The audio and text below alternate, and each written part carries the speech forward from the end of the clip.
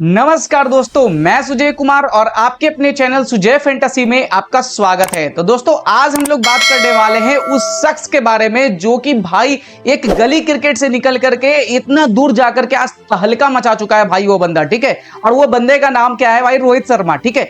आज मैं उनके बारे में पूरा डिटेल से बायोग्राफी के बारे में उनके बारे में डिस्कस करूंगा कि उनके जीवनी क्या रहा है, कैसे बंदा एक इतना छोटा से होकर के भाई इतना दूर तक गया और क्या क्या कंट्रोवर्सी रहा उनके साथ, उनकी शादी कैसे हुई, रितिका से जो शादी हुआ ना वगैरह, तो वो कैसे कैसे कर करके वो वहां से उनसे मिले, क्या हुआ, और ये टेस्ट से संन्यास क्यों लिए, T20 से संन्यास क्यों ले लिए, अब वनडे के ऊपर भी इनके ऊपर प्रेशर बनाया जा रहा है, तो वो कौन सा बंदा पीछे है जो इनके ऊपर इतना प्रेशर बनाया जा रहा है भाई। तो चलो पूरे वीडियो को ध्यान से देखना, एक एक प्लेयर के बारे में मैं डिटेल से बताऊंगा। तो अगर आप अच्छे से देखोगे, समझोगे, तो आपके काम की बात की रहने वाली है। तो पूरे वीडियो को ध्यान से देखना दोस्तों। तो चलिए शुरू करते हैं। ठीक है, पूरे डिटेल से बताऊंगा। दादा क्या करते थे, पापा क्या करते थे, बेटा क्या करता था, सबका बदला लेकर है तेरा बेटा फैजल। तो भाई साहब, या फैजल नहीं है या रोहित शर्मा है। तो पूरे डिटेल से हम लोग बात करेंगे, पूरे वीडियो को ध्यान से देखना। बाप का, दादा का, भाई का, सबका बदला लेकर तेरा फैजल। तो चलो बात करते हैं, समझने का प्रयास करते हैं। तो यहाँ पे रोहित शर्मा की संपूर्ण जीवनी है। पहले इनके बारे में थोड़ा जान लेते हैं कि भाई इनका जन्म कब हुआ, कहाँ पे जन्म हुआ, इनके पिता का नाम क्या है, माता का नाम क्या है, क्या क्या करते थे, वो सारा कुछ। तो 30 अप्रैल 1987 को रोहित शर्मा का जन्म होता है दोस्तों। यहाँ पे अंतरराष्ट्रीय क्रिकेट खिलाड़ी है ये, और प्रशंसक प्यार से इनको क्या बोलते हैं, हिटमैन बोलते हैं। मतलब इनको हिटमैन के नाम से बहुत ज्यादा फेमस है। अगर अभी भी अगर इंडिया में अगर आप हिटमैन नाम शब्द नहीं जान रहे हो ना, तो भाई घंटा धार है यार आपका। उसके बाद उनका जन्म जो है ना नागपुर महाराष्ट्र में हुआ था, और इनके जो पिता है ना उनका नाम क्या था, गुरुनाथ शर्मा, ठीक है। और ये देखो बचपन का फोटो है। बचपन के फोटो में देखो बंदा क्या ले रखा है भाई हाथ में, तो भाई डंडा ले रखा है, और ये गर्दा वाला एकदम उड़ा रखा है भाई, ठीक है। तो ये आप देख सकते हो यहाँ पे ये कैसे कैसे, और ये हेयर स्टाइल आप देखोगे ना, तो आज भी रोहित शर्मा यही वाला हेयर स्टाइल फॉलो करते हैं भाई। तो ये देख लेना, ठीक है, बिकॉज अब बाली नहीं है यार, हेलमेट लगाते लगाते खत्म हो चुका है। और ये देखो इनका फोटो आपको बचपन का दिख जाएगा। आज भी जो इनके बेटे हैं ना, जो 2024 में शायद उनका जन्म हुआ है, उनके ऊपर भी इसी तरह का काला टीका लगा रखा है बंदे ने, ठीक है। और इनका भी इसी तरह से लगा रखा था। और जब बंदा डोमेस्टिक में कुछ मैचेस वगैरह जीता था, तो ट्रॉफी वगैरह इनको मिला था हाथ में, शायद आपको नजर नहीं पड़ रहा होगा, बिकॉज बहुत ही पूरी फोटो है भाई, कैसे कैसे करके मुझे मिला है, तो मैंने यहाँ पर लगा रखा है, ठीक है। चलो आगे बात करते हैं यहाँ पे। तो रोहित शर्मा का जो निकनेम है, घर में इनको क्या बुलाया जाता है भाई? घर में इनका नाम क्या है? घर में इनका है रो। और जैसे ही बाहर आते हैं, क्रिकेट के मैदान पे खेलते हैं, तो इनके जो टीममेट्स हैं ना, इनको क्या बोलते हैं, साना बुलाते हैं भाई। अब मतलब इनको साना क्यों बोला जाता है? अब साना का मतलब क्या है? क्लेवर गाय, मतलब चालाक आदमी। आप यहाँ देख रहे होगा, क्योंकि देखो टीममेट्स इनको क्या बोला जाता था ना, साना इनको इसलिए बोला जाता था कि ये बंदा बहुत ही काल्म और स्मार्ट तरीके से डिसीजन लेता है, ठीक है। और ये बंदा ऐसी नहीं भाई 6-6 बार IPL का खिताब जीत चुका है। अभी आगे सारा कुछ डिस्कस करेंगे, तो मिनट में बने रहना, ठीक है। तो ये इनको इसी वजह से बोला जाता था। अब इनके थोड़ा फैमिली के बारे में देख लेते हैं। तो लेकिन बचपन में उनके जो पिता थे ना, गुरुनाथ शर्मा, एक ट्रांसपोर्ट कंपनी के गोदाम में केयर टेकर थे, समझ रहे हो, एक ट्रांसपोर्ट कंपनी में काम करते थे। और वो उनका बंदा आज मतलब मुंबई का राजा रोहित शर्मा, मुंबई का राजा रोहित शर्मा बन चुका है। और पता ही नहीं, कभी कोई जानता नहीं था भाई कि इतना छोटे फैमिली से, एक मिडिल क्लास फैमिली से निकल करके आज ये बंदा इतना दूर तक जाएगा। और ये देखिए गुरुनाथ शर्मा, इनके जो पिताजी हैं वो, और इनके माताजी जो हैं वो, ये आपको रोहित शर्मा दिख रहे हैं। और इनके एक छोटे भाई है, अभी उनके बारे में भी डिस्कस करेंगे, विशाल शर्मा उनका नाम है, तो उनके बारे में भी डिस्कस करेंगे। तो ये इनकी पूरी फैमिली है, आप देख सकते हो। और यहाँ देखो ये यहाँ से बंदा यहाँ तक, ये जो आपको बगल में दिख रहे हैं ना, देवेंद्र फडणवीस दिख रहे हैं भाई, मुंबई के ये CM है, आपको मालूम है। इधर इनकी पत्नी दिख रही है, तो ये देख लो भाई, यहाँ से यहाँ आ गया। तो ये बंदा कुछ कर सकता है, तो आप भी कुछ ना कुछ कर सकते हो, ठीक है। तो इनसे आप मोटिवेशन लो कि भैया क्या करना है क्या नहीं। अब इनके देखो ये पिताजी हो गए, ये इनके माताजी हो गए, और ये बंदा ये आपको दिख रहा होगा फोटो वगैरह इनके फैमिली के साथ, तो ये देख सकते हो। अब यहाँ पे देखो तो ये फैमिली फोटो फिर से है, तो यहाँ पे ये भी देख करके आप जा सकते हो। उसके बाद अगर देखोगे ना, तो माता जो इनकी थी पूनम शर्मा, मैंने आपको इनके पिताजी करते थे वो मैंने बता दिया। अब इनकी माता जी क्या करती थी, पूनम शर्मा, मुंबई के डोंबिवली इलाके में गुजरा है इनका पूरा, जितने भी जो इनके पूरे जीवन लाइफ गुजरा है, वो मुंबई के डोंबिवली इलाके में गुजरा है। माता पूर्णिमा शर्मा जो शर्मा थी, वो तटरक्षक परिवार से थी, मतलब नेवी के मतलब शायद परिवार से थी ये। तो आप देख करके चल सकते हो, समझ के चल सकते हो, ठीक है।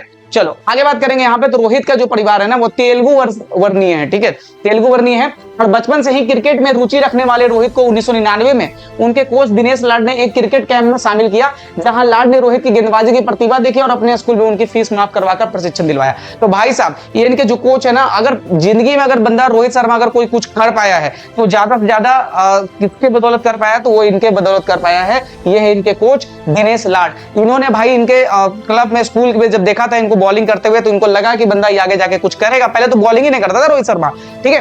तो वो सारा कुछ इन्होंने देखा और इनके इतना मतलब इसके पास नहीं था कि पैसे नहीं था भाई कि स्कूल में जाकर के अपना फीस वगैरह माफ करवा करके एडमिशन करा सके, और स्कूल नहीं मतलब जो होता है क्रिकेट में क्लब वगैरह उसमें जाकर एडमिशन करा सके। ठीक है, तो ये बंदा फीस इनके जो कोच थे वो फीस माफ करवा करके इनका एडमिशन करवाते हैं। उसमें देखो आप ये फोटो वगैरह आप देख सकते हो, इनके कोच है जो दिनेश लाड है। ठीक है, इस तरह से आपको दिख जाएगा।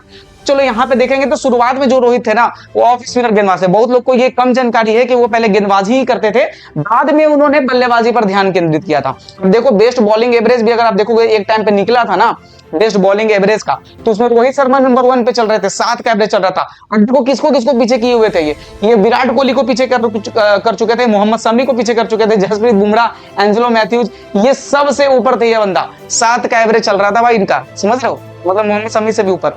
आगे बात करते हैं तो ये जो जब बॉलिंग करते थे जिस टाइम, आप उस टाइम का ये फोटो है, मुझे मिला भाई, मैंने यहाँ लगा दिया, ये पैर बगल में आपको दिख रहा होगा। तो ये चश्मा वगैरह ये जीभ निकालते हुए एकदम गजब बॉलिंग करते थे उस टाइम। उन्होंने अपने परिवार में 8वीं तक की ही पढ़ाई की है।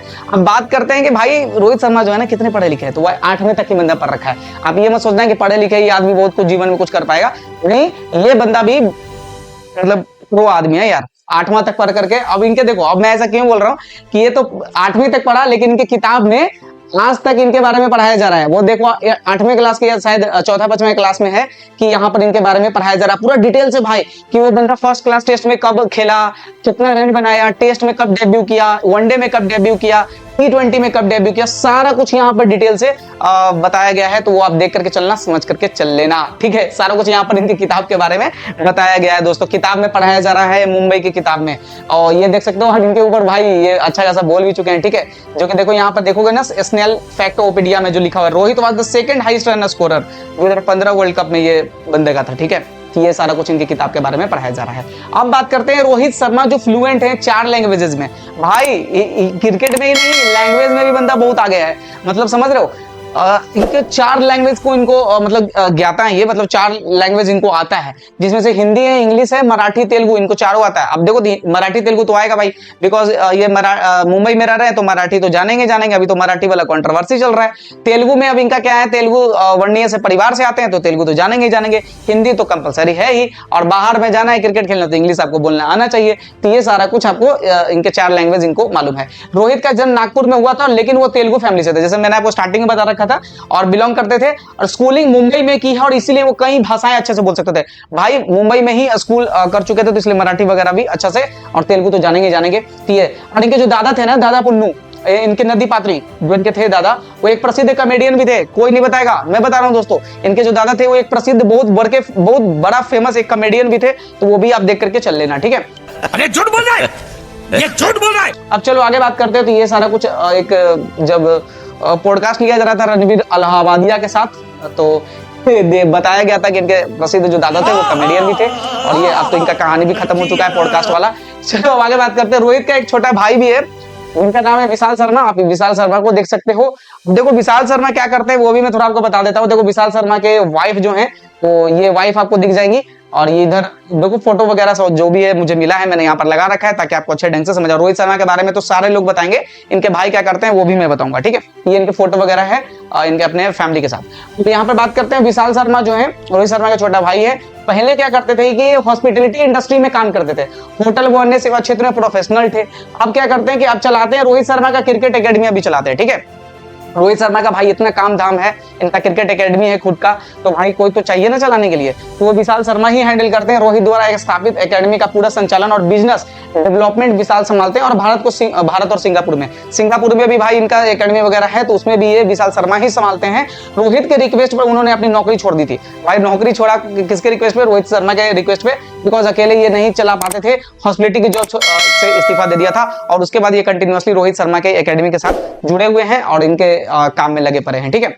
अब यहाँ पे देखो बात करते हैं, अब डायरेक्ट इनका कैरियर का धीरे धीरे स्टार्ट हो रहा है। अब यहाँ से बच्चा जवान हुआ, अब कैसे कैसे एकेडमी में दाखिला हो गया, अब कैसे कैसे ये इतना दूर तक पहुंचे हैं, अब उसके बारे में डिस्कस करेंगे। तो रोहित शर्मा ने अपना फर्स्ट क्लास डेब्यू जो है ना, वो सचिन तेंदुलकर के साथ ड्रेसिंग रूम में ही किया था। अब ऐसा मैं क्यों बोल रहा हूँ, अब चलो बात कर लेते हैं। तो जब फर्स्ट क्लास टेस्ट डेब्यू कर रहे थे ना, शायद कहाँ पे कर रहे थे भाई, ड्रेसिंग रूम में कर रहे थे। 2006 में कर रखा था इन्होंने, ठीक है, मुंबई में जब खेल रहे थे मुंबई के लिए, ठीक है। तो रोहित का कहना था कि उन्होंने बहुत कुछ सीखा था सिर्फ वाचिंग सचिन क्लोजली, मतलब सचिन को सिर्फ खाली देख करके बहुत कुछ सीखे हैं, बात करके तो छोड़ दो भाई, सिर्फ देख करके बंदा सीखा है। और ड्रेसिंग रूम में सिर्फ खाली देखते रहते थे ये रोहित शर्मा, ठीक है। ऐसे तो नहीं होता है। आज वाले तो बहुत सारे ऐसे खिलाड़ी हैं नहीं, विराट कोहली अभी तो बहुत रिटायर हुए ना खिलाड़ी जो डोमेस्टिक खेलने ही नहीं जाते थे। सचिन तेंदुलकर भाई साहब उस टाइम में भी उतना बड़का दिग्गज खिलाड़ी था ना, वो भी जाकर के डोमेस्टिक में खेलता था और वो बंदा दिखता था, तो डोमेस्टिक में इनको देखे थे, ठीक है। चलो आगे बात करते हैं घरेलू कैरियर और भारत के लिए डेब्यू की राह इनका वहीं से खुला था।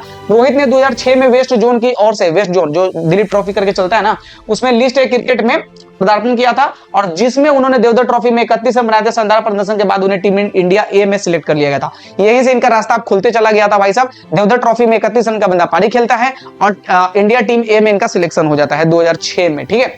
उसके बाद देखोगे ना, उसी वर्ष की शुरुआत में उन्होंने मुंबई के लिए रणजी ट्रॉफी में पदार्पण किया था और गुजरात के खिलाफ खेलते हुए दोहरा शतक बनाया था, 205 रन बंदा बनाया था। और उस सीजन में फाइनल में उनके अर्धशतक, यानी कि फाइनल में ही बंदा 55 रन का पारी खेल गया था और मुंबई को विजय दिलाया था। तो ये सारा कुछ आपको देखने को मिलेगा कि रणजी ट्रॉफी में बंदा तगड़ा वाला परफॉर्मेंस किया था और इसी वजह से इनको उतना दूर तक मौका मिला और आगे से इनका रास्ता खुलते चला गया और ये बंदा आगे बढ़ते ही चला गया। ये आपको देखो रणजी में देख सकते हैं, आपको दोहरा शतक मारते हुए 205 रन का बंदा पारी खेला था, ठीक है, इसलिए टीम इंडिया ए में जगह मिला था इनका। उसके बाद क्या होता है कि आईपीएल में इनको रोहित को 2008 से खेलना शुरू किया था, जब उन्हें हैदराबाद के डेक्कन चार्जर्स ने $7.5 लाख में खरीद लिया था। तो पैसा ही पैसा होगा। आईपीएल में सबसे पहली टीम, बहुत कम लोग को मालूम होगा, बहुत अधिकतर लोग जान रहे हो कि रोहित शर्मा भाई मुंबई इंडियंस से ही खेलता था, लेकिन नहीं, वो डेक्कन चार्जर्स से खेलता था। $7.5 लाख में बंदा बिका था, ठीक है। वो सारा कुछ आपको परचेज किया था हैदराबाद के डेक्कन चार्जर्स ने, ठीक है। रोहित शर्मा ने अपनी मां के लिए कार खरीदने का सपना पूरा किया था। देखो, इनके मां का बचपन से ही सपना था कि कार खरीदना नहीं, ये बचपन से ही अपने मम्मी को देखते थे भाई कि बस में ट्रेवल कर रही हैं, तो इनको अच्छा नहीं लगता था। तो इनको लगता था ना कि एक ना एक दिन मतलब कार एक अच्छे, बहुत अच्छा ढंग से एक कार किनूंगा और गिफ्ट करूंगा। देखो वही चीज यहाँ पे मैंने लिखा है, जब उन्होंने आईपीएल में अच्छा परफॉर्मेंस किया तो और पैसा कमाया तो उन्होंने सबसे पहले अपनी माँ को कार गिफ्ट की, क्योंकि बचपन में उन्होंने देखा था कि उनकी माँ को हमेशा बस से जाना पड़ता था, जो मैंने यहाँ पर आपको बता दिया है, ठीक है। आगे बात करेंगे तो ये देखो आईपीएल में, और उस समय बैटिंग नहीं करते थे, जब डेक्कन चार्जर्स में खेलते थे ना, तो उस टाइम ये बॉलिंग ही करते थे दोस्तों, बैटिंग नहीं करते थे। और $7.5 लाख जो डेक्कन चार्जर्स जिनके ऊपर खर्च की थी ना, वो सिर्फ बॉलिंग देख करके की थी, बैटिंग देख करके नहीं की थी। तो भाई साहब बॉलिंग में भी बंदा दमदार था ये, ठीक है। रोहित शर्मा का आप आईपीएल का सैलरी देख सकते हो, सारा कुछ मैंने यहाँ पर लिख दिया। 2014 में 12.5 करोड़ था, 2015 में भी 12.5, 16, 17, 18 ऐसे करके 2024 तक अब देखो 16 करोड़ तक अभी पहुंचा है। कभी घटा नहीं है दोस्तों, बढ़ते ही गया है इनका सैलरी, समझ रहे हो, मतलब इनका मतलब घटा नहीं है दोस्तों, ठीक है। उसके बाद आप देख सकते हो हाईएस्ट पेड भी रह चुका है ये आईपीएल में, 194.6 करोड़ अभी तक टोटल पैसा इनको मिल चुका है आईपीएल से। और उसके दूसरे नंबर पे आते हैं एमएस धोनी, जो कि उतना अभी नहीं मिला है दोस्तों, इनके अकॉर्डिंग, रोहित शर्मा के अकॉर्डिंग इतना पैसा इनको अभी नहीं मिला है। 188.84 करोड़ ही है और विराट कोहली को 188.2 करोड़ है और रविंद्र जडेजा फिर आते हैं, फिर सुनील नारायण आते हैं। तो ये सारा कुछ कंडीशन है, उसमें भी सबसे आगे अभी रोहित शर्मा ही दिख रहे हैं आपको। और ये देखो भाई 2009 में जब आईपीएल चैंपियन बनी थी, कौन? डेक्कन चार्जर्स, और जब ये बिके थे $7.5 लाख में, उसी वर्ष मुंबई इंडियंस के खिलाफ अपनी ऑफ स्पिन से हैट्रिक मिली थी भाई। मुंबई इंडियंस के खिलाफ ये बंदा हैट्रिक विकेट निकाल लिया था और मुंबई इंडियंस को उसी टाइम से लग गया था ना कि भाई मतलब ये डेक्कन चार्जर्स से खेलता था और सामने मुंबई इंडियंस की टीम थी और उसमें हैट्रिक बंदा निकाल लिया था और उस साल ये चैंपियन भी बनी थी टीम, डेक्कन चार्जर्स की टीम। तो मुंबई इंडियंस को उसी टाइम लग गया था ना कि फ्रेंचाइजी को कि इस बार रोहित शर्मा को आज न कल हम लोग अपने टीम में शामिल करेंगे और मतलब गर्दा उड़ाएंगे, ठीक है। तो ये सारा कुछ उस टाइम डिसाइड कर ली थी मुंबई इंडियंस की टीम। तो ये सारा कुछ आप देख सकते हो कि जब टीम जीती थी डेक्कन चार्जर्स की, तो उसमें रोहित शर्मा को दिखेंगे। यहाँ पे भी जो ट्रॉफी पहले ऐसे मिलता था, कोका कोला करके ट्रॉफी था, ठीक है, तो आप देख सकते हो डीएलएफ आईपीएल पहले बोलते थे। तो ये सारा कुछ आपको दिख जाएगा, ठीक है। ये आप देख सकते हो, यहाँ पर बॉलिंग करते हुए रोहित शर्मा को देख सकते हो, यहाँ पर बॉलिंग कर रहे हैं भाई साहब, ठीक है। अब आगे बात करेंगे तो 2011 में जो है ना मुंबई इंडियंस को खरीद लेती है, $20 लाख में खरीद लेती है, ठीक है। कितना में खरीदती है? $20 लाख में खरीद लेती है मुंबई इंडियंस, 2011 में खरीदती है। 2011 में ही हम लोग अपना एमएस धोनी की कैप्टेंसी में ओडीआई वर्ल्ड कप जीते थे, आपको मालूम होगा। 2013 में उन्होंने मुंबई इंडियंस की कप्तानी भी संभाल ली थी, मतलब 2 साल तक बंदा ऐसी प्लेयर के रूप में खेला मुंबई इंडियंस में और 2013 से मुंबई इंडियंस का कप्तानी संभालने स्टार्ट कर दिया। रोहित शर्मा का अगर देखोगे ऑक्शन में तो क्या क्या रहा था, इनका बेस प्राइस था 1.6 करोड़, मतलब 1.5 करोड़ के आसपास इनका बेस प्राइस था, मतलब 1.5 करोड़ से ज्यादा थोड़ा सा। और लेकिन जब बिके थे तो 8 करोड़ में बिके थे, मतलब हैट्रिक जो निकाला था ना, यहाँ चोट लगा था भाई। कि हैट्रिक कैसे निकाल लिया। तो ये सारा कुछ कहानी चला था और ये रोहित शर्मा उस टाइम बहुत तगड़े वाले कर गए थे, ठीक है। और यहाँ पे देखो जैसे ही 2013 में कैप्टन बनता है ये बंदा, भाई साहब उस टाइम ही ट्रॉफी उठा लेता है। देख लो आईपीएल में जब 2013 में कैप्टन बनता है, मोस्ट रन रोहित शर्मा का ही रहता है और मोस्ट विकेट हरभजन सिंह। जैसे ही 2013 में कैप्टन सिंह को मिलता है मुंबई इंडियंस का, उस टाइम ट्रॉफी भी जीता है और सबसे ज्यादा रन पूरे आईपीएल में इसी बंदे का रहता है और मोस्ट विकेट्स इन्हीं की टीम से हरभजन सिंह का रहता है। तो ये सारा कुछ आपको दिख रहा होगा। रिकी पॉन्टिंग कोच थे, उनके साथ ये इनका फोटो है, ये आप देख सकते हो फोटो वगैरह 2013 का। तो ये आप देख लेना। तानी में जो रोहित है ना, मुंबई को 2013, 2015, 2017, 2019, 2020 में 5 बार आईपीएल का खिताब जीता है। समझ रहे हो, 1 2 3 4 5 मतलब 5 बार ट्रॉफी जिता चुके हैं आईपीएल में मुंबई इंडियंस को। और इसके अतिरिक्त 2013 में चैंपियंस लीग जो T20 का ट्रॉफी होता है वो भी बंदा ये जितवा चुका है, ठीक है। तो वो भी आप देख के चलना। अब चलो एक एक करके मैं सारे डिस्कस कर देता हूँ कि ये कब कब कौन कौन जीते हैं। तो देखो ये 2013 वाला है, ठीक है। चैंपियन लीग T20 करके तो ये नहीं है दोस्तों। 2013 वाला जो मुंबई इंडियंस की टीम जीती थी फाइनल, वो है। और यहाँ देख सकते हो 2015 में जब चैंपियन क्या बोलते हैं, बेटा तुमसे ना हो पाएगा। फाइनल में जाकर के मुंबई इंडियंस टीम जीती थी ट्रॉफी, तो उसका है 2015 वाला। फिर 2017 वाला आता है दोस्तों, ठीक है। उसके बाद आता है 2015 में ये पेप्सी आईपीएल कर करके ये जीता था बंदा। उसका 2020 वाला आता है यहाँ पे, ठीक है। तो वो आप देख लेना 2020 वाला। उसके बाद यहाँ पे आता है 2013 का चैंपियन लीग T20, ये लोग जीत गए थे भाई साहब। उस टाइम मैक्सवेल भाई इन्हीं की टीम से खेला था, समझ रहे हो। तो वो सारा कुछ आप ये देख सकते हो। उसके बाद देखोगे तो उनके नेतृत्व में मुंबई इंडियंस ने महान सफलता पाई है, जो कि मतलब अनबिलीवेबल चीज है भाई। 120 रन पे भी एक बार धोनी को ये लोग समेट गए थे और टीम जीत गई थी फाइनल, समझ रहे हो। तो सफलता पाई थी वो 6 आईपीएल खिताब जीते। देखो धोनी और इनमें बहुत कंपैरिजन चलता है ना कि आईपीएल के खिताब कौन ज्यादा जीता है। तो भाई साहब रोहित शर्मा 6 बार आईपीएल का खिताब जीत चुके हैं, धोनी जो है वो 5 ही बार जीते हैं अभी तक, ठीक है। जो कि 6वां बार ये 5-2 मुंबई इंडियंस और में 5 ही बार जीता, लेकिन 6वां बार ये जो डेक्कन चार्जर वाला है ना, वो भी तो काउंट करेंगे भाई। तो ये 6 बार ये बंदा जीत चुका है, एक डेक्कन के साथ भी है, 5 मुंबई के साथ भी है, जीतकर सबसे सफल कप्तान भी ये आईपीएल के अभी तक रहे हैं, ठीक है। तो वो देख लेना। उसके बाद आते हैं अंतरराष्ट्रीय कैरियर में इनका क्या क्या रहा है। अब मैं एक एक करके, पहले मैं वनडे के बारे में डिस्कस करूंगा, फिर T20 के बारे में डिस्कस करूंगा, फिर टेस्ट के बारे में डिस्कस करेंगे, ठीक है। तो पहले हम लोग चलो अंतरराष्ट्रीय कैरियर के देखते हैं। पहले हम लोग वनडे से स्टार्ट करते हैं, कैसे कैसे आया बंदा। रोहित ने जून 2007 में आयरलैंड के खिलाफ खेलता है बंदा, बेलफास्ट में अपनी पहली 1 दिवसीय मैच खेली और इस मैच में वो गेंदबाजी नहीं कर पाए थे और बल्लेबाजी का अवसर भी नहीं मिला दोस्तों। और उसमें बस सिर्फ लेकिन एक कैच पकड़ा था आयरलैंड के खिलाफ, और उसमें ये आपको दिख रहे होंगे आयरलैंड के खिलाफ। ये सारा कुछ आप देख सकते हो, 11 साल पहले का ये कहानी है। सिर्फ एक कैच पकड़ा था उस मैच में।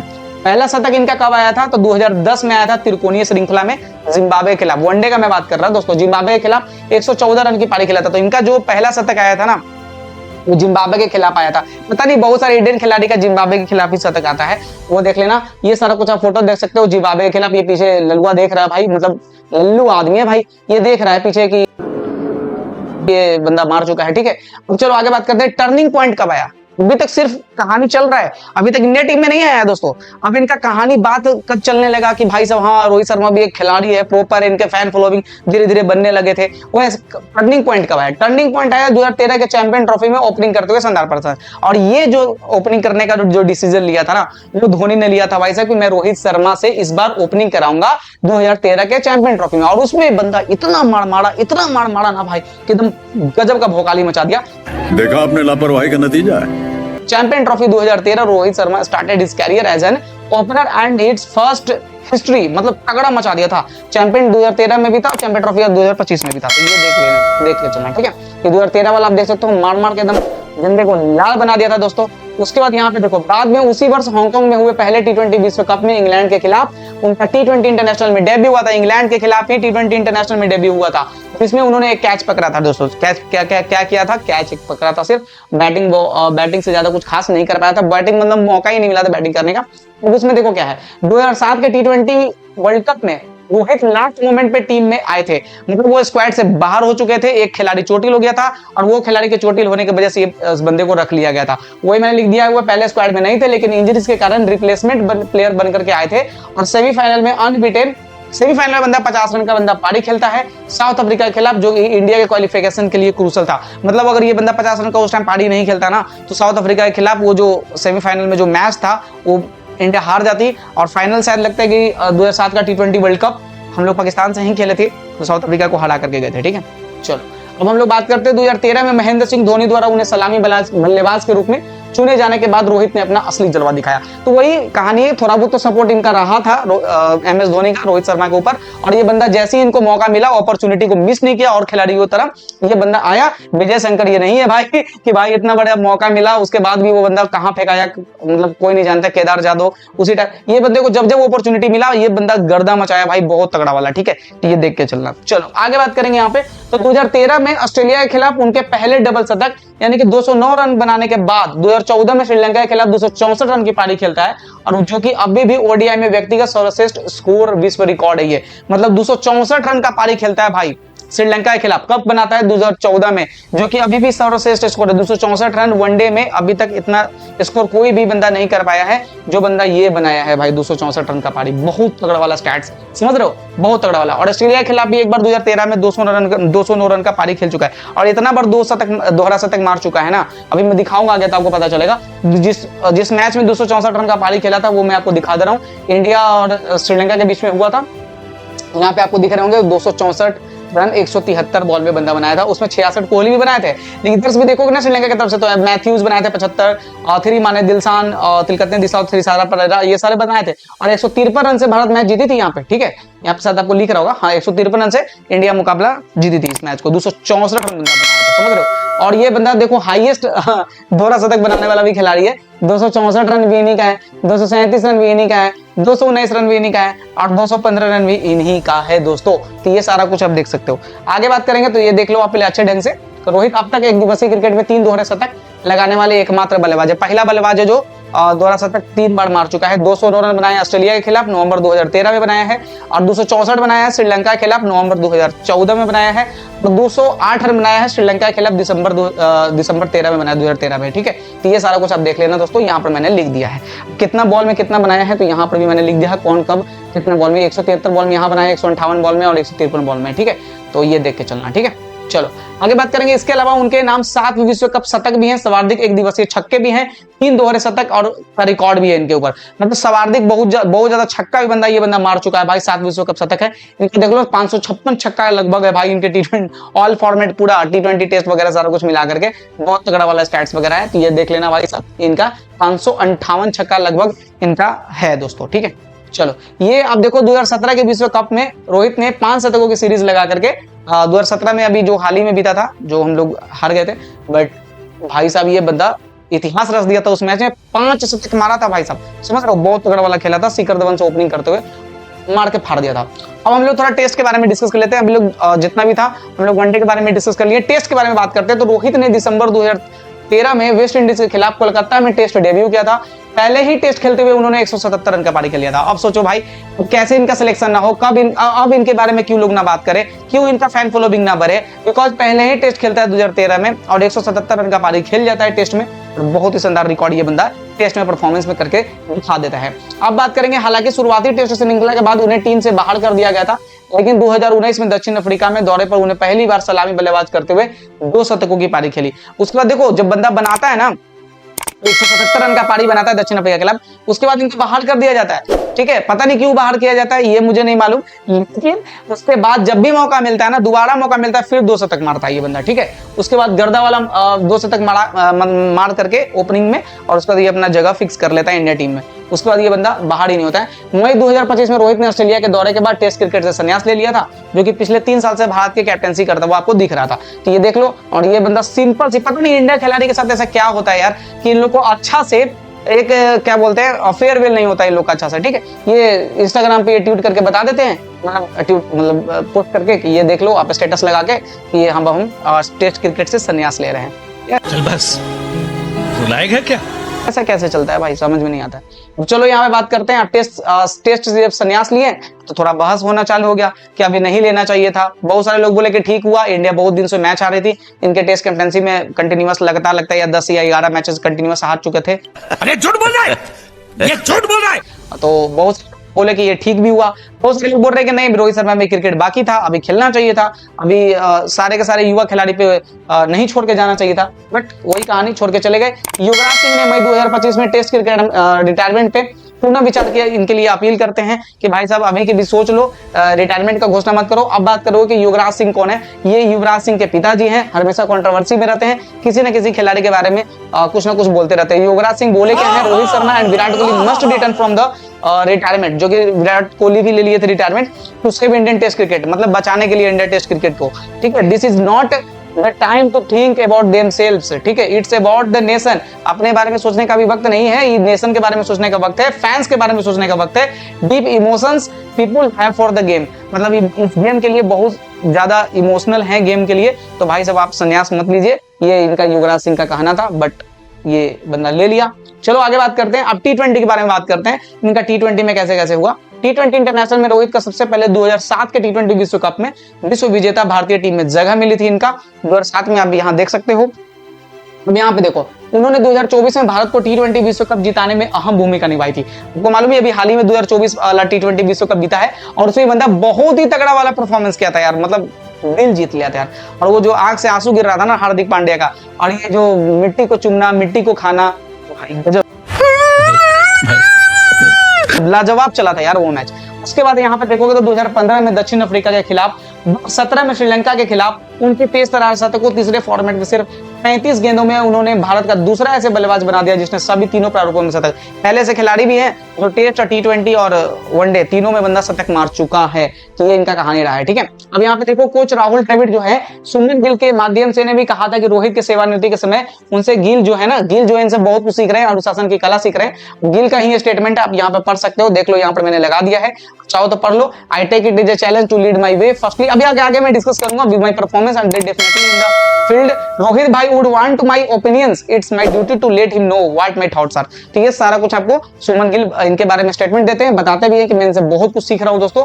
आज तो सुमन गिल ही कैप्टन बने हैं टेस्ट टीम के। जून 2024 तक रोहित वनडे टीम के कैप्टन कप्तान थे, और 2024 में उन्होंने T20 आई से भी संन्यास की घोषणा कर दी। अब ऐसा क्यों चल रहा है, अंदर का मैटर है, अंदर क्या चल रहा है भाई साहब, ये कहना बहुत बड़ा मुश्किल है। लेकिन हाँ, T20 से भी संन्यास ले लिए, वनडे क्या बोलते हैं टेस्ट से तो पहले संन्यास ले ही चुके थे। अभी देखो इनके ऊपर वनडे के ऊपर भी बहुत ज्यादा प्रेशर बढ़ रहा है, तो रोहित शर्मा T20 से भी संन्यास ले जाते हैं, ठीक है। अब यहाँ पे देखो, अब IPL कैरियर के बारे में थोड़ा सा डिस्कस कर लेते हैं कि इनका IPL में कैसे कैसे हुआ है।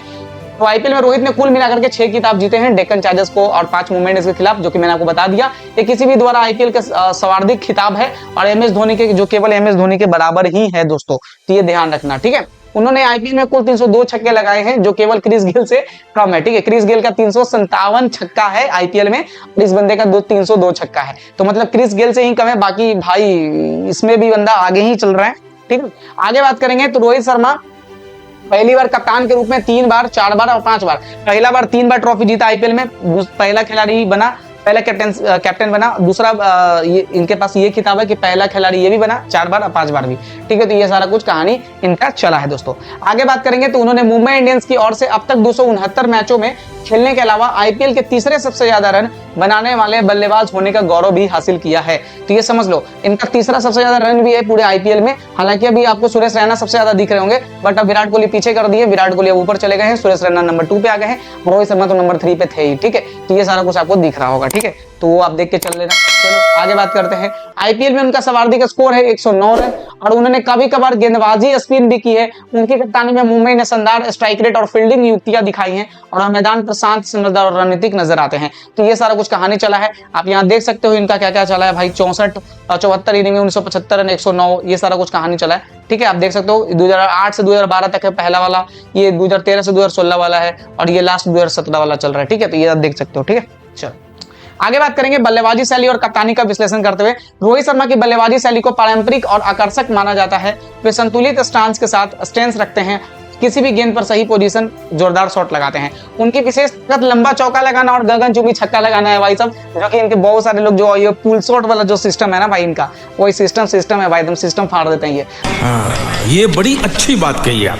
उसके बाद जो बड़े इनिंग्स में बनाने में सहायक होता है, उन्होंने कहा है कि उनका खेल बिना गलती किए बिना लंबे समय तक बल्लेबाजी करना है। उनके नाम 3 दोहरे शतक होने और सर्वाधिक छक्के का रिकॉर्ड भी है, जिस वजह से उन्हें दुनिया का सर्वश्रेष्ठ सीमित ओवरों के बल्लेबाजियों में रहना चाहता है। तो ये सारा कुछ आपको देखने को मिलेगा जो इनका रहा है। Most sixes in IPL 357 feet, यहाँ पर देख लो 280, ये बहुत पहले का है डाटा, तो देख लेना। कप्तानी में रोहित को शांतचित्त और समझदार नेता माना जाता है। वे प्रतिद्वंदियों को आक्रामक होकर के दबाव बनाते हैं, लेकिन खुद मैदान पर बेहद संयमित रहते हैं। ये कहानी इनका चला है दोस्तों। उसके इधर T20 विश्व कप 2024 से पहले उन्होंने कहा कि उनके कप्तानी मंत्र में स्पष्ट संवाद और टीम एकता है। उदाहरण के लिए उन्होंने बताया कि हर खिलाड़ी को बराबरी का महत्व देना चाहिए, ठीक है। उसके बाद उन्होंने बताया कि उनके टीम के साथ खुलकर संवाद करना कितना जरूरी है। उनका शांत स्वभाव, रणनीतिक सूझबूझ, अनुभव से न युवा खिलाड़ियों में आत्मविश्वास आता है। उन्होंने खुद बताते हुए कहा कि कप्तान को हर खिलाड़ी की समस्या सुननी चाहिए और उस टीम का हिस्सा महसूस करवाना चाहिए। मतलब ये इनका कहना ये है कि भाई साहब आप थोड़ा सा घुल मिल करके रहिए, आप जितने भी आपके टीममेट्स हैं, आप जिसके साथ भी खेलते हैं, भले ही एक्सपीरियंस आदमी है, बहुत ही एजड खिलाड़ी है या फिर बहुत ही आप सीनियर खिलाड़ी क्यों ना हो, लेकिन आप सबको सूझबूझ करके आपको चलाना चाहिए और समझ करके चलना चाहिए और सबसे बात विचार करके रखना चाहिए। अब रोहित की कप्तानी में ही भारत ने 2013-2023 में चैंपियन ट्रॉफी जीता, जो कि आपको मालूम ही है। उसके बाद 2024 में भी T20 विश्व कप अभी हाल ही में बीता। 2025 में भी हम लोग चैंपियन ट्रॉफी जीते, वो भी रोहित की कप्तानी में ही। उनके कप्तानी में दर्शन का एक गुण यह भी है कि वे अक्सर खुद बड़ा स्कोर बनाकर टीम का मनोबल बढ़ाते हैं। मतलब ये बंदा अधिकतर मैच में आपको दिखेगा कि फाइनल मैच में या सेमीफाइनल मैच में खुद ही आगे बढ़ चढ़ करके स्कोर बनाता है और बहुत ही तगड़ा वाला स्कोर बनाता है। तो ये सारा कुछ आप देख के चलना, ठीक है। ये आपको जब 2025 में हम लोग चैंपियन ट्रॉफी जीते थे तो इस तरह का फोटो था भाई साहब। ये हम लोग वेस्ट इंडीज में शायद था ना, गुयाना में, तो ये जीते थे हम लोग, ठीक है। कमेंट में बताना। और इसके बाद फिर 2024 में हम लोग जीते थे। ये तो सिर्फ T20 वाला ना भाई, ये T20 वाला, ये तो आपको दुबई में जीते थे शायद हम लोग, उधर, ठीक है, शारजा शायद किधर, ठीक है, दुबई में जीते। बेटा तुमसे ना हो पाएगा। और ये T20 वर्ल्ड जो जीते थे हम लोग वेस्ट इंडीज में।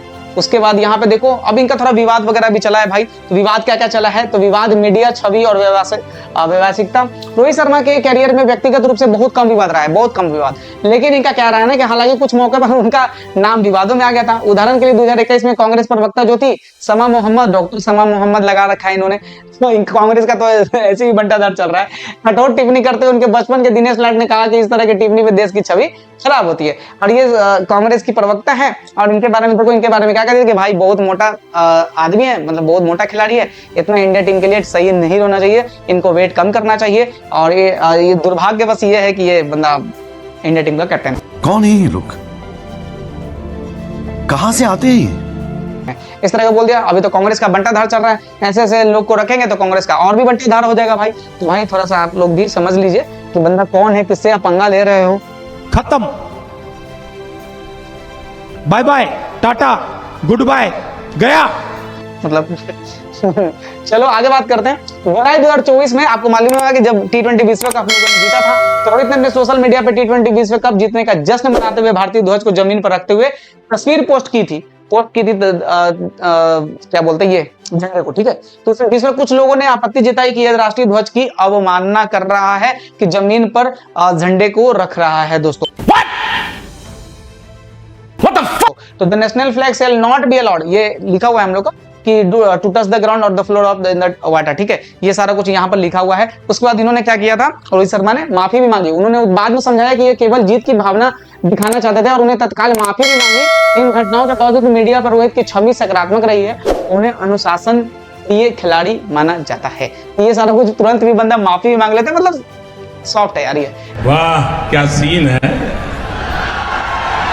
वाह क्या सीन है। उसके बाद बात करो, उदाहरण के लिए जून 2024 में टीम इंडिया के सलामी बल्लेबाज सुमन गिल ने जैसा कहा था कि रोहित शर्मा से अनुशासन की कला सीख रहे हैं। पूर्व कप्तान रवि शास्त्री, सूर्य गावस्कर जैसे दिग्गजों ने उनकी सराहना की थी। हालांकि बहुत ज्यादा कंट्रोवर्सी बढ़ गया था कि सुमन गिल और रोहित शर्मा के बीच कुछ अच्छा नहीं चल रहा है। फिर सामने आते हैं सुमन गिल और उसको बताते हैं कि अभी हम बहुत कुछ सीख रहे हैं रोहित शर्मा से, ठीक है। अब यहाँ पे देखो क्या है, उनकी छवि एक प्रोफेशनल खिलाड़ी की रही है। वे शांत, कड़ी मेहनत करने वाले और टीम के प्रति समर्पित। मैदान के बाहर भी उन्होंने कभी भी किसी विवादित बयान नहीं दिया है किसी के खिलाफ, ठीक है। एक आदर्श खिलाड़ी के रूप में इनको जाना जाता है। मतलब सिंपल टाइप का खिलाड़ी है, स्वीट एंड स्वामी टाइप का है, हरामी टाइप का नहीं है, ठीक है। बड़ा हरामी हो बेटा। सीधी बात को समझ लो। रोहित शर्मा और रितिका सजदे की मुलाकात अब कैसे हुई थी। अब देखो इनका शादी हुआ था रितिका सजदे से। रितिका आप जानते हो, टाइटल सजदे है उनका। अब देखो मुलाकात कैसे हुई थी, बहुत इंटरेस्टिंग कहानी रहा है भाई। पहली मुलाकात कैसे हुई, साल 2008 में रोहित शर्मा की मुलाकात रितिका सजदे से एक रीबुक के शूट के दौरान हुई थी, समझ रहे हो, रीबुक के शूट के दौरान एक इनके ऊपर किताब वगैरह का चल रहा था, उसी के शूट के दौरान मुलाकात होती है रोहित शर्मा से। रितिका उस समय एक स्पोर्ट्स इवेंट मैनेजर भी थी के तौर पर काम कर रही थी और रोहित के शूट को मैनेज कर रही थी, रोहित के ही शूट को मैनेज करने वाली थी, उस टाइम मैनेजर के रूप में काम कर रही थी, ठीक है, स्पोर्ट्स वाले मैनेजर में। मजेदार बात यह है ना कि रितिका जो थी ना, रोहित से पहले ही मिलते हुए उन्हें don't talk to girls sign दिखाया था, मतलब डोंट टॉक टू गर्ल्स का साइन दिखा दिया था। और उसके बाद क्योंकि वो युवराज सिंह की राखी सिस्टर भी हैं और युवराज ने रोहित को मजाक में चेतावनी भी दी थी। युवराज सिंह जो है ना, उनके एक राखी सिस्टर के रूप में भी इनको बोला जाता था, मतलब मुंह बोली बहन होती है ना, उस टाइप की ये थी रितिका सजदे। और उसमें इनको मतलब चेतावनी भी दिया गया था मजाक मजाक में युवराज सिंह ने रोहित को कि भाई साहब ये सब फेरा मत पड़ना। वापस रखो से। लेकिन ये जब कुछ थोड़ा सा बात वगैरह करना चाहते थे रोहित शर्मा, तो भाई ये पहले ही डोंट टॉक टू गर्ल्स करके साइन इनको मतलब साइन मिल चुका था भाई कि भाई ज्यादा फ्लो में मत आइए।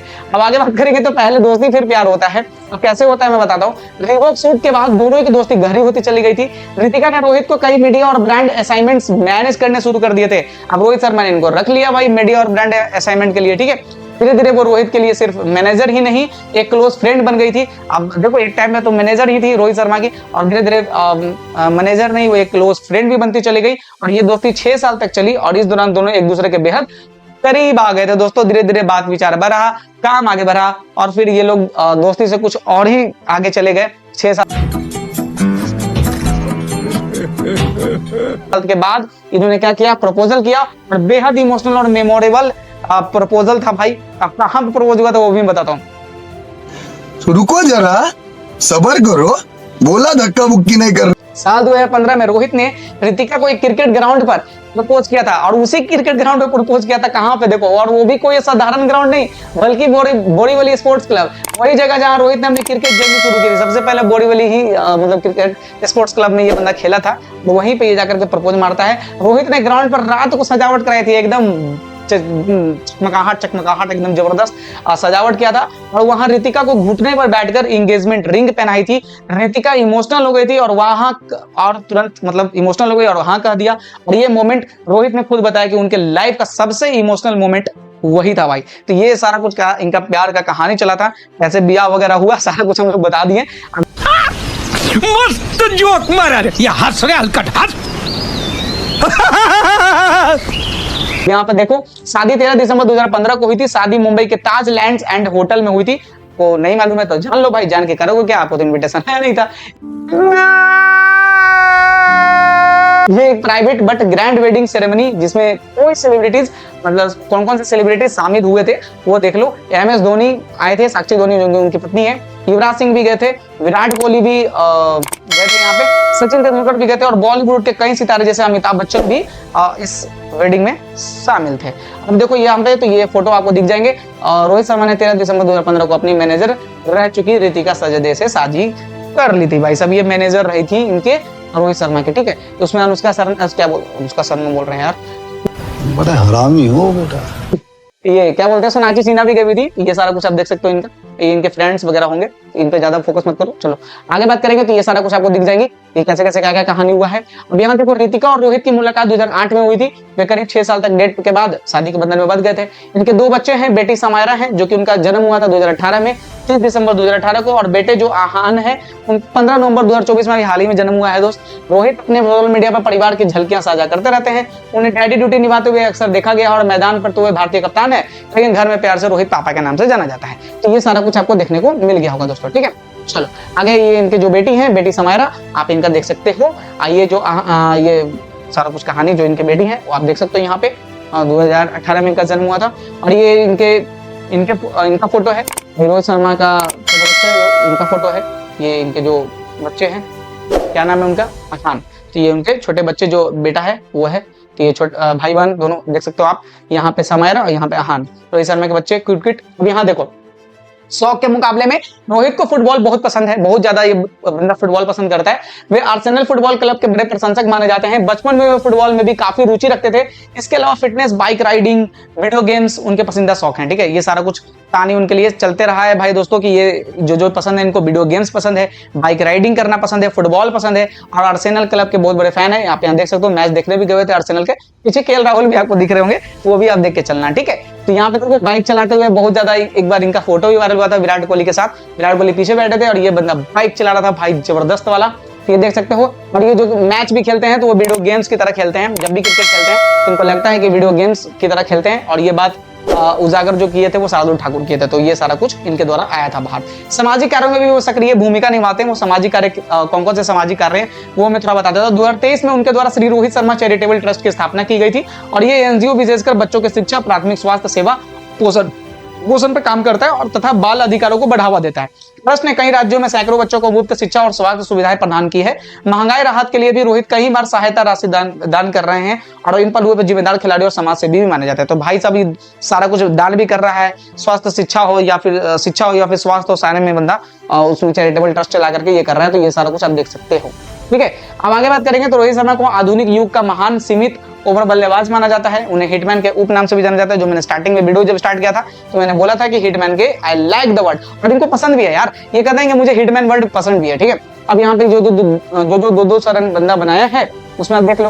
रिकॉर्ड की झड़ी के लिए याद किया जाता है। सबसे ज्यादा वनडे के दुगने शतक भी इन्हीं के हैं। सबसे ज्यादा दोहरा शतक भी बंदा इसी का है। सर्वाधिक छक्का भी इन्हीं का है। क्रिकेट विश्व कप में सर्वाधिक शतक भी इन्हीं का है दोस्त। आलोचक और क्रिकेट विशेषज्ञ उन्हें सर्वश्रेष्ठ एकदिवसीय सलामी बल्लेबाज के रूप में याद करते हैं। उनके प्रतापी शॉट और विश्व रिकॉर्ड जो पारियां हैं दुनिया भर के क्रिकेट प्रेमियों के दिल में पड़ी है। तो ये देख लो, यहाँ पे दोहरा शतक भी सबसे ज्यादा इन्हीं का है, सबसे ज्यादा छक्का भी इन्हीं का है और विश्व कप में सबसे ज्यादा शतक भी इन्हीं का है, एक ही विश्व कप में। प्रशंसकों के बीच रोहित का बेहद आदर है। उन्होंने मुंबई इंडियंस के रिकॉर्ड 5 आईपीएल ट्रॉफियां जीती हैं। लायंस आपको 5 आईपीएल की ट्रॉफियां दिख जाएगी और एक डेक्कन चार्जर्स 6 आईपीएल ट्रॉफी। और ये सुमन गिल इनसे बहुत ज्यादा सीख रहे हैं भाई। मेहनती कप्तान भी है, शांत समझदार और मेहनती कप्तान है जो इनको सुमन गिल। तो सुमन गिल का क्या स्टेटमेंट रहा था ना वो मैं आपको पढ़ के बता देता हूँ। सुमन गिल जैसे है सार्वजनिक रूप से रोहित के अनुशासन की तारीफ करते हैं। उनके कोच व पूर्व खिलाड़ी भी कहते हैं कि रोहित एक शांत, समझदार और मेहनती कप्तान है। इन उपलब्धियों और छवि के कारण रोहित शर्मा की विरासत एक प्रेरणादायक खिलाड़ी के रूप में रहेगी, जिनके बल्ले और कप्तानी ने भारतीय क्रिकेट को कई उपलब्धियां दिलाई है दोस्तों। तो ये कोई कंट्रोवर्सी रहा नहीं है दोस्तों। बिल्कुल शुभमन गिल और रोहित शर्मा के बीच में कोई कंट्रोवर्सी नहीं रहा है, बल्कि और सीखा है बंदा ये। ठीक है, अब देखो इनको क्या क्या सम्मान मिला है इंडिया की तरफ से। राष्ट्रीय पुरस्कार जो होता है ना, राजीव गांधी खेल रत्न हो गया या राष्ट्रीय पुरस्कार अर्जुन अवार्ड हो गया, वो सारा कुछ तो वो देखो कब कब मिला है मैं बता देता हूँ। राष्ट्रीय सम्मान अर्जुन अवार्ड 2015 में मिला था। ये सारा कुछ अर्जुन अवार्ड, ये अर्जुन अवार्ड इनके कोर्ट पे भी लिखा हुआ है, अब देख लो 2015। ठीक है, आगे बात करेंगे तो इनको राजीव गांधी खेल रत्न भी मिल चुका है, 2020 में मिला था। तो ये भी यहाँ पर आपको फोटो में दिख रहा होगा। ठीक है, आगे बात करेंगे तो ऑन फील्ड अब देखो इनका थोड़ा सा कुछ कंट्रोवर्सी भी रहा था, झड़पें वो क्या क्या रहा था तो वो मैं बता दे रहा हूँ। अन्य देशों के कमेंटेटर से इनका थोड़ा सा बहस वगैरह हुआ था। इंग्लैंड ऑस्ट्रेलिया के श्रृंखला में बुरे लाइट के कारण अंपायर से इनका विवाद भी हो गया था ऑस्ट्रेलिया में। ठीक है, कि भाई लाइट वगैरह नहीं आ रहा है और उस मैच में बहुत तगड़ा वाला स्कोर बंदा मारे जा रहा था। अब वो कौन सा मैच था आप कमेंट में करके बताना। चलो आगे बात करेंगे सिराज वर्सेस हेड। जब सिराज वर्सेस हेड के बीच में लड़ाई हुआ था, सिराज लड़ गया था भाई ट्रेविस हेड से, तो उसमें भी जाकर के एडिलेड टेस्ट में ट्रेविस हेड के साथ मुंहतोड़ पलटवार का समर्थन किया था, मतलब सिराज के साथ बंदा स्टैंड हुआ था। ठीक है, तो वो आपको देखने को मिला था। पिच इमेजन में क्या हुआ है कि एक बार आईपीएल में मैच कर रहा था, पीछे से एक फैन जाकर के इनको गला मिलने वाला था, उसमें बंदा बहुत ज्यादा डर गया था भाई। और उसमें देखो आईपीएल 2024 में राजकोट के फैन के साथ मुलाकात में डर का इजहार कर लिया था भाई साहब, बहुत ज्यादा डर गया था बंदा। ये वीडियो पड़ा हुआ है, मैं वीडियो यहाँ पे लगाऊंगा तो मुझे प्रॉब्लम हो जाएगा, कॉपीराइट स्ट्राइक आ जाएगा, इसलिए मैंने नहीं लगा रखा है। पोलार्ड वर्सेस स्टार्क में अगर आप देखोगे तो आईपीएल 2014 में किरोन पोलार्ड भाई मिचेल स्टार्क से बहुत तगड़ा वाला भिड़ गए थे, बहस हो गया था और उसकी वजह से मिचेल स्टार्क उसके बाद से आईपीएल खेलना ही बंद कर दिए थे और इधर जाकर के आईपीएल जाकर के स्टार्ट किए हैं साल 2 बरस से पहले जब पोलार्ड संन्यास ले लिए तो। ठीक, ये सारा कुछ झड़प चला था। अंपायर में विवाद में रहा है। आईपीएल 2023 में चौथा अंपायर से निर्णय लेने पे तर्क वितर्क करने लगे थे। चौथा अंपायर कुछ गलत वगैरह डिसीजन दे दिया था या फिर कुछ कंट्रोवर्सी रहा था, उसके ऊपर थोड़ा सा ये तर्क वितर्क करने चले गए थे।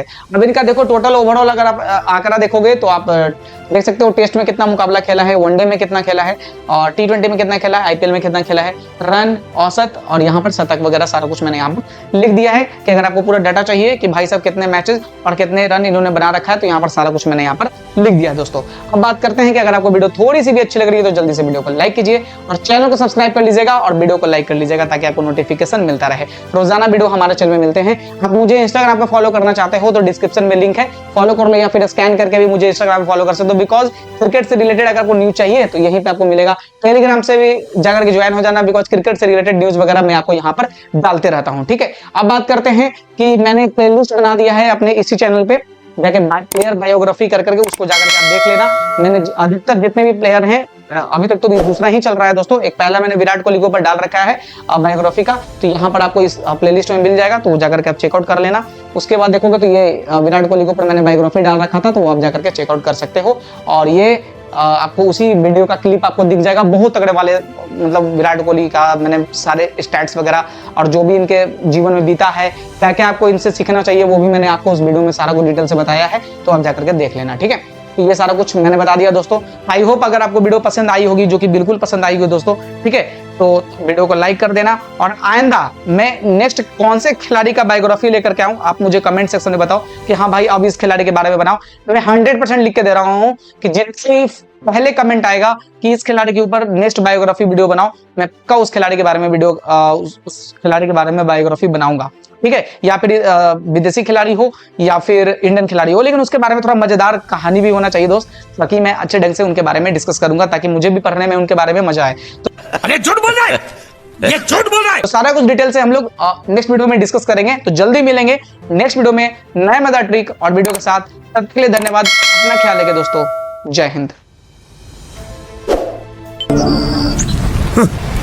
Thanks. Love you. Forever.